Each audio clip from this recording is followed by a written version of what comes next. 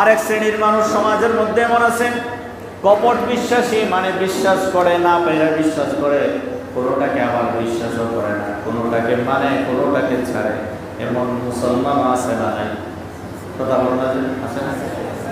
4 নম্বরে অবিশ্বাসী, ইসলামকে বিশ্বাসই করে না, তারা হলো বেঈমান বেদিন।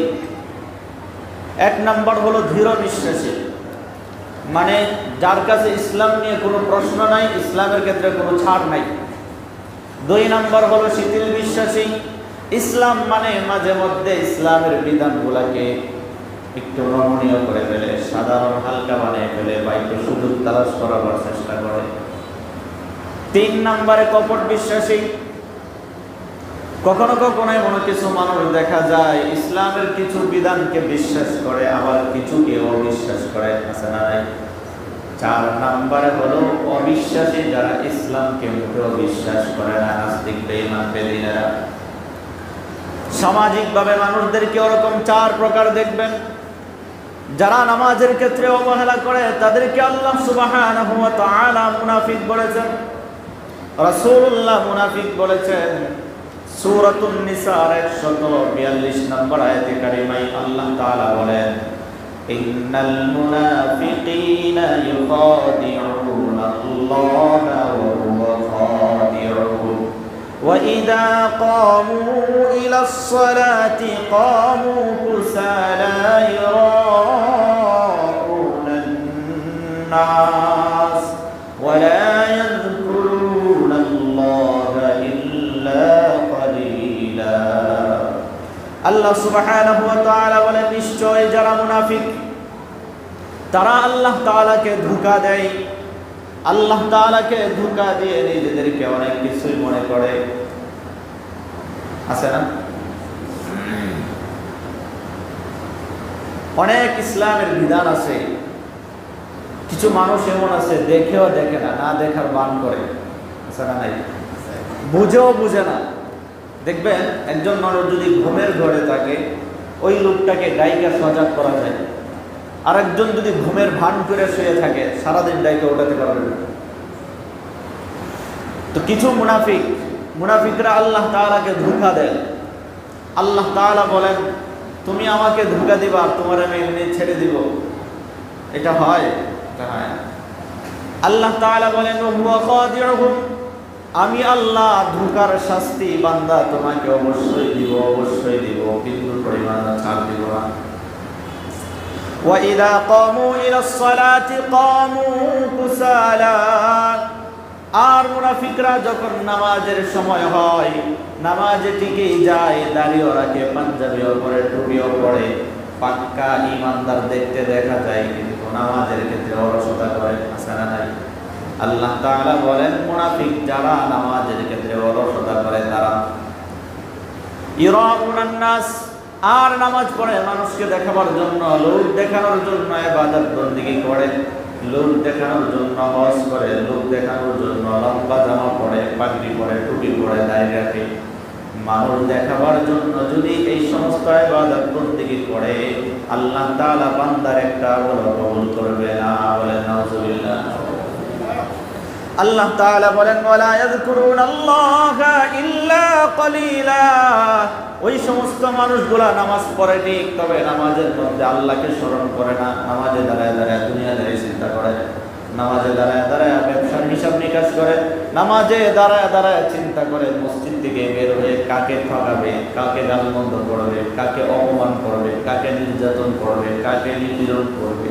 ওরকম চিন্তা চেতনা ওলা মুসল্লি আমাদের সমাজে আছে না নাই?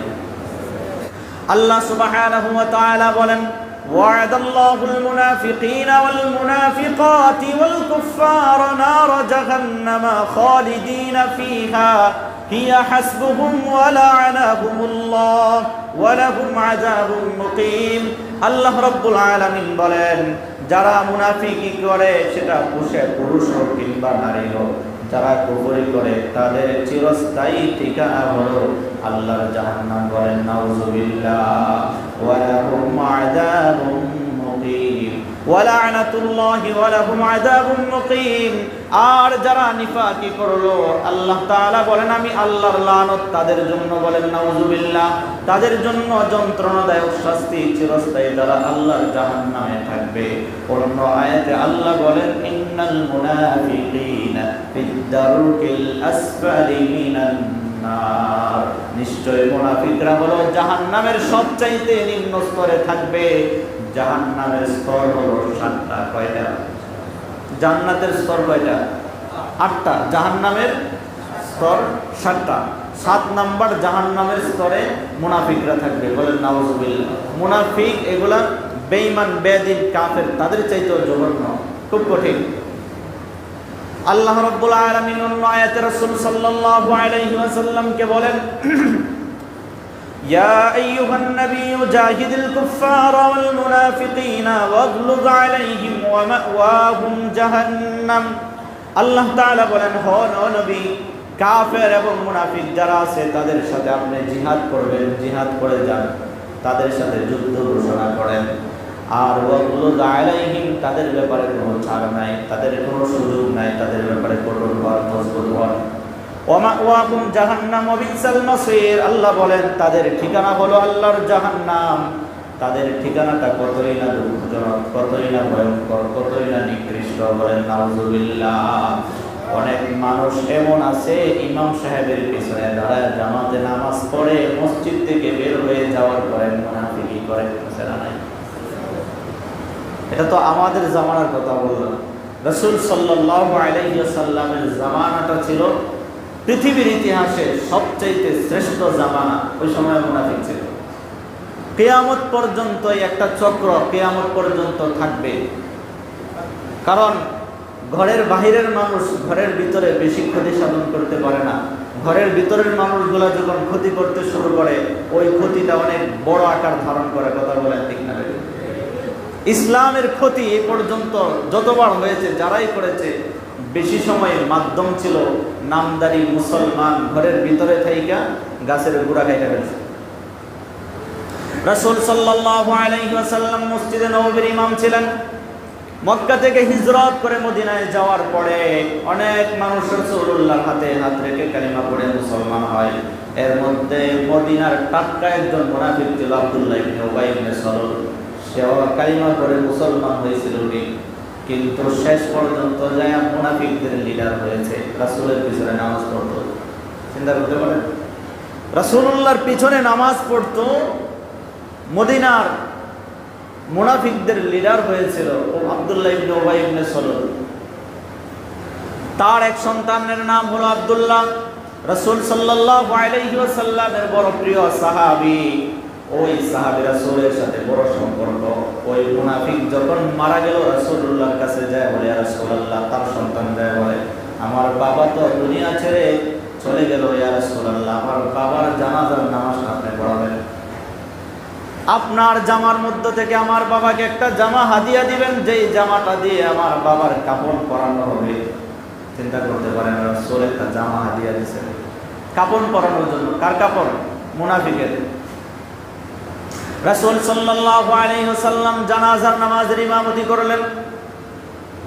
আল্লাহ রাব্বুল আলামিন আয়াতে কারিমা অবতীর্ণ করলেন, ওয়ালা তুসাল্লি আলা আহাদিন মিনহুম মাতা আবাদান ওয়ালা তাকুম আলা কবরি ইন্নাহুম কাফারু বিল্লাহি ওয়া রাসূলিহি ওয়া মাতু ওয়া হুম ফাসিকুন।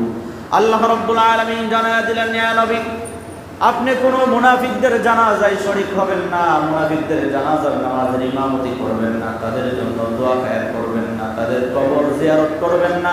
যদি করেন, আপনার তাদের জন্য ইস্তিগফার করা, ক্ষমা প্রার্থনা করা না করা বরাবর। রাসূল যদি একজন মুনাফিকের জন্য নামাজ পড়তে আল্লাহ তাআলা নিষেধ করেছেন, তাহলে মুনাফিকদের অবস্থাটা কতটা ভয়ঙ্কর, কত মারাত্মক হতে পারলে আল্লাহ তাআলা রাসূলকে নিষেধ করেছেন, নবী আপনি মুনাফিকদের জানাজার নামাজ পড়বেন না।